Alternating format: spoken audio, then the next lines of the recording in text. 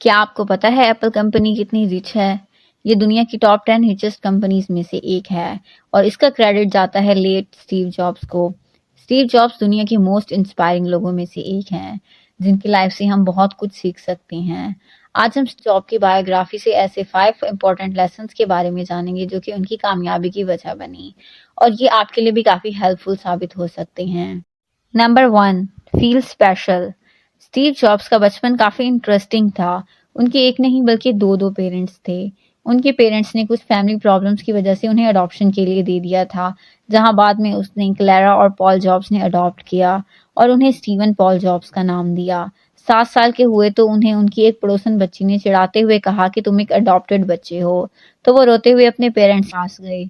तो उन्होंने ये एक्सेप्ट किया और कहा कि तुम एक स्पेशल बच्चे हो जिसे हमने अपना बेटा बनाने के लिए चूज़ किया है। तुम वाकई बहुत स्पेशल हो।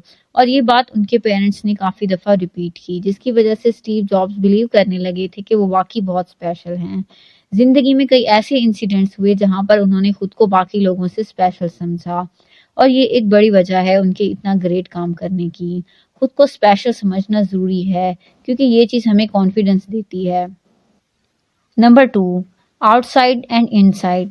स्टीव के डैड एक कारीगर और एक मैकेनिक थे, इसलिए वो अपना बहुत सा टाइम गैराज में चीज़ें बनाते हुए गुजारते थे, जहां स्टीव भी उनके साथ काम किया करते थे। यहीं से स्टीव की क्यूरियोसिटी शुरू हुई कि चीज़ें कैसे बनती हैं। उन्होंने अपने डैड से बहुत कुछ सीखा, लेकिन जो एक अहम बात उन्होंने सीखी और हमेशा याद रखी, वो ये थी कि असल कारीगर सिर्फ उन्हीं चीज़ों पर फोकस नहीं करता जो नज़र आती हैं, बल्कि उन चीज़ों पर भी फोकस करता है जो नहीं दिखती। जैसे कि उसके डैड अगर कैबिनेट वगैरह बनाते तो उसे समझाते कि जो पीछे का हिस्सा है जो हमें नहीं नज़र आता उस पर भी उतनी ही मेहनत करो जितनी के सामने हिस्से पर की जाती है। और लोग कहते हैं कि इसलिए स्टीव जॉब्स अपने डिज़ाइन और उनकी डिटेल्स को लेकर इतने परफेक्शनिस्ट थे।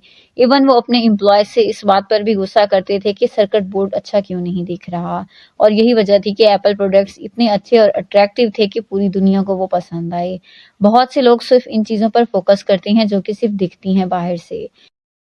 Number 3, get inspired. Steve jobs शुरू से ही एक ऐसे इंसान रहे हैं जो कि लोगों से और मेंटोर से बहुत ज़्यादा इंस्पायर हो जाते थे। इतना कि वो हर चीज़ उनकी तरह करने लगते थे।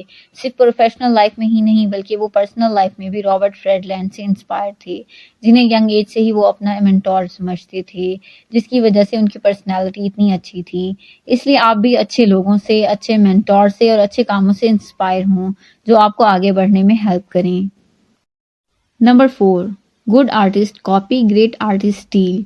पहले कंप्यूटर की ब्लैक कलर की स्क्रीन होती थी जिसमें ग्रीन कलर की कॉम्प्लिकेटेड कोडिंग नजर आती थी। जेरोक्स स्पार्क एक कंपनी थी जो फोटोकॉपी करने की मशीन बनाने में इतनी कामयाब हुई थी कि लोग आज भी फोटोकॉपी करने को जेरोक्स बोलते हैं। उसी कंपनी ने एक पर्सनल कंप्यूटर बनाया था जिसमें ग्राफिकल यूजर इंटरफेस था और काफ़ी इंटरेस्टिंग आइडियाज़ थे। जब स्टीव जॉब्स को इसके बारे में पता चला तो उसने जेरोक्स को एक ऑफर दिया कि वो एप्पल के 1 लाख शेयर्स उन्हें 1 मिलियन में खरीदने देगा अगर वो उन्हें अपनी सारी टेक्नोलॉजी दिखाती हैं और उसके बारे में एक्सप्लेन करती हैं। तो जेरोक्स कंपनी के लोगों को ये ऑफर बहुत अच्छी लगी और उन्होंने ये ऑफर एक्सेप्ट कर ली और ये डिसीजन बाद में एप्पल कंपनी के लिए एक रेवोल्यूशनरी डिसीजन साबित हुआ।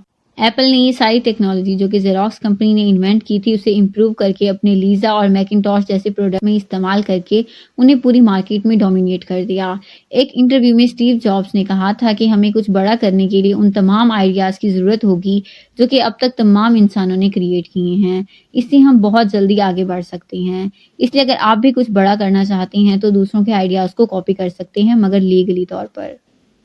Number 5, environment.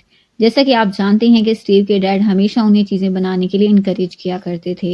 इसके अलावा स्टीव 5 साल की उम्र से ही एक ऐसे इलाके में रहते थे, माउंटेन व्यू, जिसे सिलिकॉन वैली रेवोल्यूशन का दिल माना जाता है, जहां आसपास कई स्टार्टअप्स बनाने वाले और इन्वेंटर्स रहते थे। कई कंपनीज वहां पर मौजूद थीं, इवन कि एक नासा सेंटर भी वहां पर मौजूद था। यहाँ पर एक इंसान था, लैरी, जो कि एचपी कंपनी में एज अ रेडियो ऑपरेटर काम किया करता था। उन्होंने स्टीव जॉब्स को शुरू से ही बहुत इंस्पायर किया था। उन्होंने स्टीव को कई इलेक्ट्रॉनिक रिलेटेड चीज़ें सिखाई थीं। स्टीव ने उनसे ये सीखा था कि आप कोई भी चीज़ या कोई भी प्रोडक्ट बना सकते हैं अगर आप बनाना चाहते हैं। तो इस चीज़ ने स्टीव को बहुत कॉन्फिडेंस दिया। ऐसे इन्वायरमेंट में रहने की वजह से स्टीव की मेंटालिटी एक क्रिएटर वाली बनी। आप भी कोशिश करें कि आप क्रिएटर और इन्वेंटर्स जैसे लोगों के साथ रहें। ये चीज़ आपके कामयाब होने के चांसेस बढ़ा देती है। ये थे वो 5 लेसन्स जो मैंने आपको स्टीव जॉब की biography Steve Jobs by Walter Isaacson book से बताई हैं। अगर आपको ये बातें अच्छी लगीं तो ज़रूर लाइक करें और मज़ीद इंटरेस्टिंग वीडियोज़ देखने के लिए इस चैनल को सब्सक्राइब करना मत भूलें।